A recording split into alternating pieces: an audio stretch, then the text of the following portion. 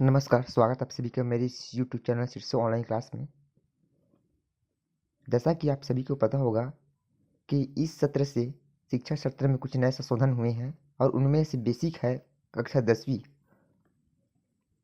कक्षा 10वीं में क्या है, सभी विषयों में असाइनमेंट और सभी में जो है वहाँ पास मिनिमम मार्क्स वहाँ पास 20 का रखा गया, यहाँ पास मैक्सिमम वहाँ पास 20 का रखा हुआ है। तो इसके दौरान आप सभी को जो है असाइनमेंट क्वेश्चन यहाँ पास सॉल्व करने पड़ते हैं।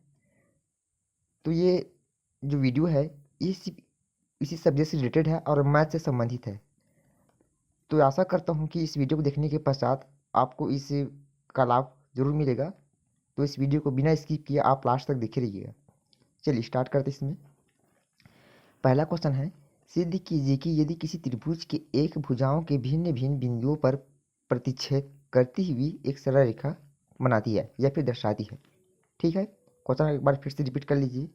सिद्ध कीजिए कि यदि किसी त्रिभुज के एक भुजाओं के भिन्न भिन्न बिंदुओं पर प्रतिच्छेद करती हुई एक सरल रेखा यहाँ पर दर्शाती है। ठीक, एक सरल रेखा यहाँ पर दर्शाती है। आप सभी को मालूम होगा कि सरल रेखा कितने डिग्री का होता है, तो ये 180 डिग्री का होता है। चलिए देखिए यहाँ पास मैंने जो ये फिगर बनाया है, इस फिगर को आप एक बार बिल्कुल ध्यान से इसको देखिए। फिगर क्या है इसमें, ये जो आकृति दिया हुआ है यहाँ पास डी ई और बी सी, यहाँ पास क्या है, पैरेलल है, मतलब समांतर है यहाँ पास। तो इसी को मैंने यहाँ पर सब कुछ यहाँ पर लिख चुका हूँ। यहाँ से आप देखिए, एक बार इसको अच्छे से रीड करिएगा और अच्छे से एक बार 2 या 3 बार इसको अच्छे से रिपीट करिएगा ताकि आपको समझने में आसानी जाए। दिया है इसमें त्रिभुज ए बी सी, जिसमें डी सी और बी सी यहाँ पास क्या है, समांतर है। जहाँ बिंदु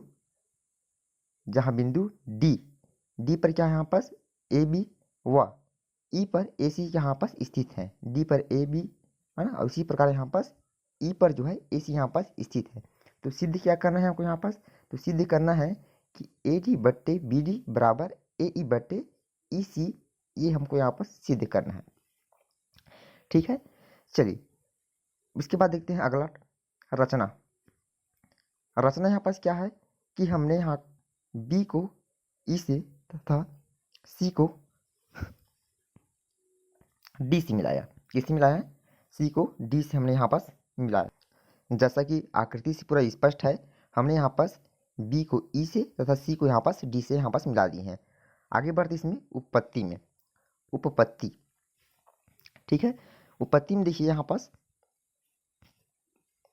तो उपपत्ति में यहाँ पास त्रिभुज का क्षेत्रफल, फार्मूला क्या होता है यहाँ से, त्रिभुज का क्षेत्रफल बराबर होता है 1/2 आधार गुणित ऊंचाई। ठीक, त्रिभुज का क्षेत्रफल बराबर होता है 1/2 आधार गुणित ऊंचाई।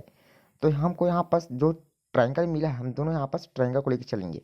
ठीक है, तो यहाँ पास फर्स्ट दिया है यहाँ पास त्रिभुज ए डी ई का क्षेत्रफल, फिर अपॉन करके यहाँ पास दिया बटे करके यहाँ पास त्रिभुज बी डी ई का क्षेत्रफल।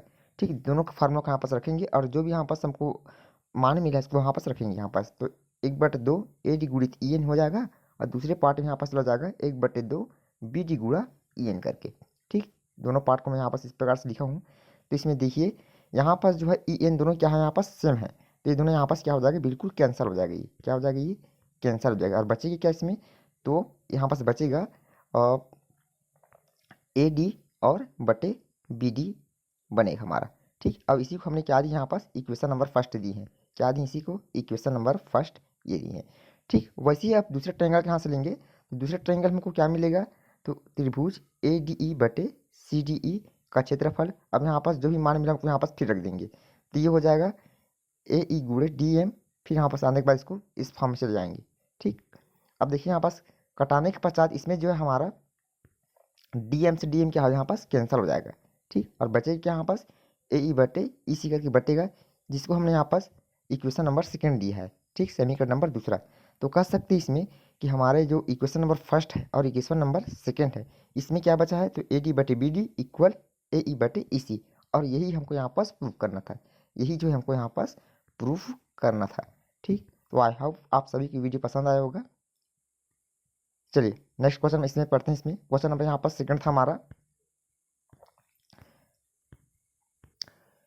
क्वेश्चन नंबर सेकंड है यहाँ पर, सिद्ध कीजिए कि एक समकोण त्रिभुज में कर्ण का वर्ग शेष दो भुजाओं के वर्गों के योग के बराबर होता है।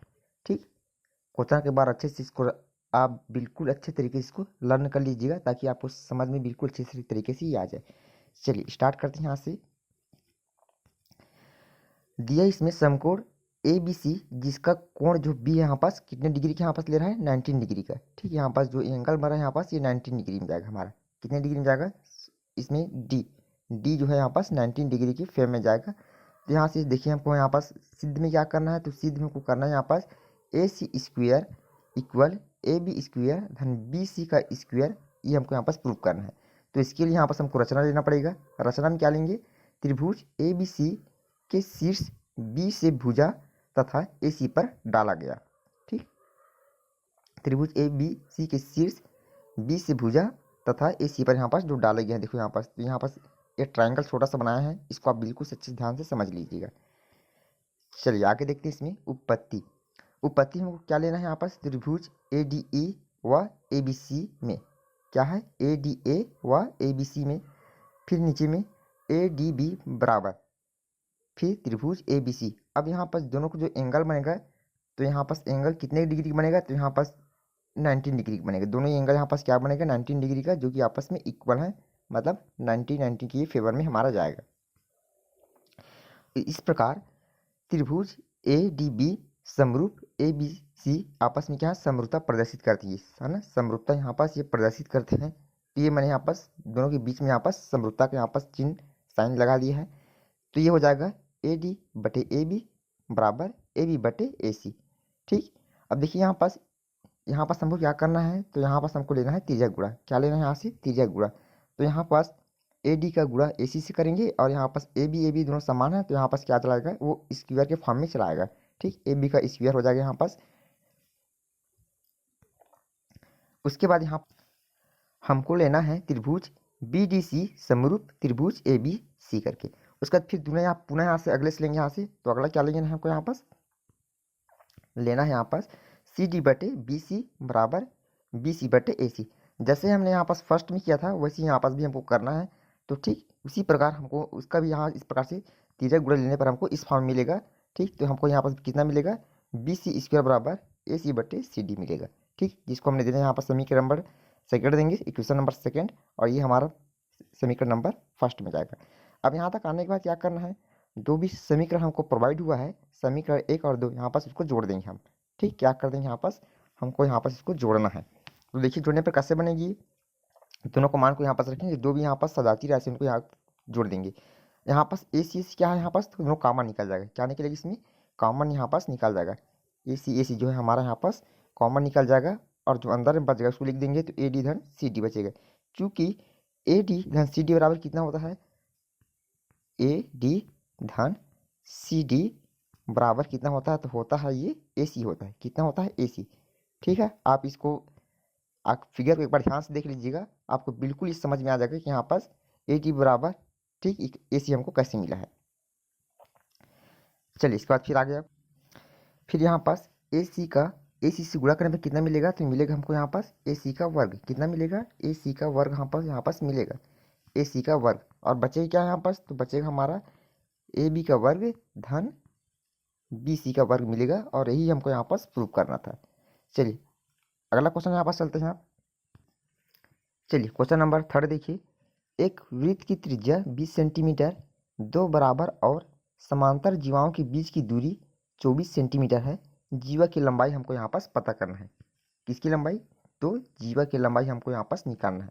तो देखिए इसका फिगर कैसे बना है, ये जो है यहाँ पास ए और बी, यहाँ पास क्या है पी और क्यू, ये जीवा हैं, दो यहाँ पास जीवा हैं, जिनकी बीच की दूरी यहाँ पास कितना बताया है, तो बताया गया यहाँ पास 24 सेंटीमीटर करके। अब देखिए यहाँ पास जीवा यहाँ पास समान दूरी पर है, समांतर है। ठीक, ये 24 का है, तो इसके केंद्र को अगर मान के चलेंगे तो 24 का आधा कितना मिलेगा हमको, तो मिलेगा हमको 12। कितना मिल जाएगा, 12 हमको मिलेगा। तो कह सकते हैं कि यह फर्स्ट फोर्स और सेकेंड फोर्स दोनों की हमको 12 और 12 मिलेगा। ठीक, चलिए यहाँ पास समझते हैं इसको। माना वृत्त का केंद्र यहाँ पास क्या है, ओ है। क्या मान लिया यहाँ से, वृत्त का केंद्र ओ मान लिए हैं।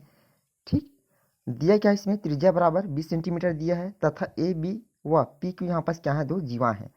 यहाँ जीवाएं ठीक क्या है यहाँ पास समान दूरी पर है, अतः हम पहले लेते हैं यहाँ से OPC में किसको लेके चलेंगे, OPC को लेके चलेंगे। अब वो भी किसमें, पाइथागोरस प्रमेय, ये फार्मूला हमको यहाँ पास लेके चलना है। ठीक, पाइथागोरस प्रमेय को लेके चलेंगे तो होता है पाइथागोरस प्रमेय बराबर कर्ण का वर्ग धन लंब का वर्ग धन आधार का वर्ग। ठीक, ये फार्मूला इसका होता है। जो भी मान हमको यहाँ पास मिला है उसी को यहाँ पास रख देंगे। तो देखिए यहाँ पास कर्ण का वर्ग हमको मिला था 20 का वर्ग। ठीक, PC का मान नहीं मिला, इसको वैसे लिखेंगे। और OC का मान कितना मिला था, तो 12 का। मैंने अभी आपको बताया था कि जीवा जो यहाँ पास ऊपर से नीचे इसकी लंबाई कितनी है, तो टोटल इसकी लंबाई है कितना, यहाँ पास 24 है। कितना है, 24। तो ये सिर्फ एक ही पोर्स के लिए, लेकिन जब हम दोनों का निकालेंगे यहाँ पास, क्योंकि इसकी केंद्र क्या है यहाँ पास, O है, तो O को बेस मानकर जब निकालेंगे तो कितने हो जाएगा, फिर 24 का था 12 12। ठीक, इस प्रकार से ये OC का मान को कितना मिलेगा, यहाँ से 12 मिलेगा। कितना मिलेगा, OC का मान 12। ठीक, अब यहाँ पास क्या है, इसको थोड़ा सिंप्लीफाई कर लेते हैं। यहाँ पास PC का स्क्वायर के यहाँ पास एक्सचेंज कर देते हैं। ठीक, 12 का कितना हो जाएगा यहाँ से वर्ग, तो 144 हो जाएगा।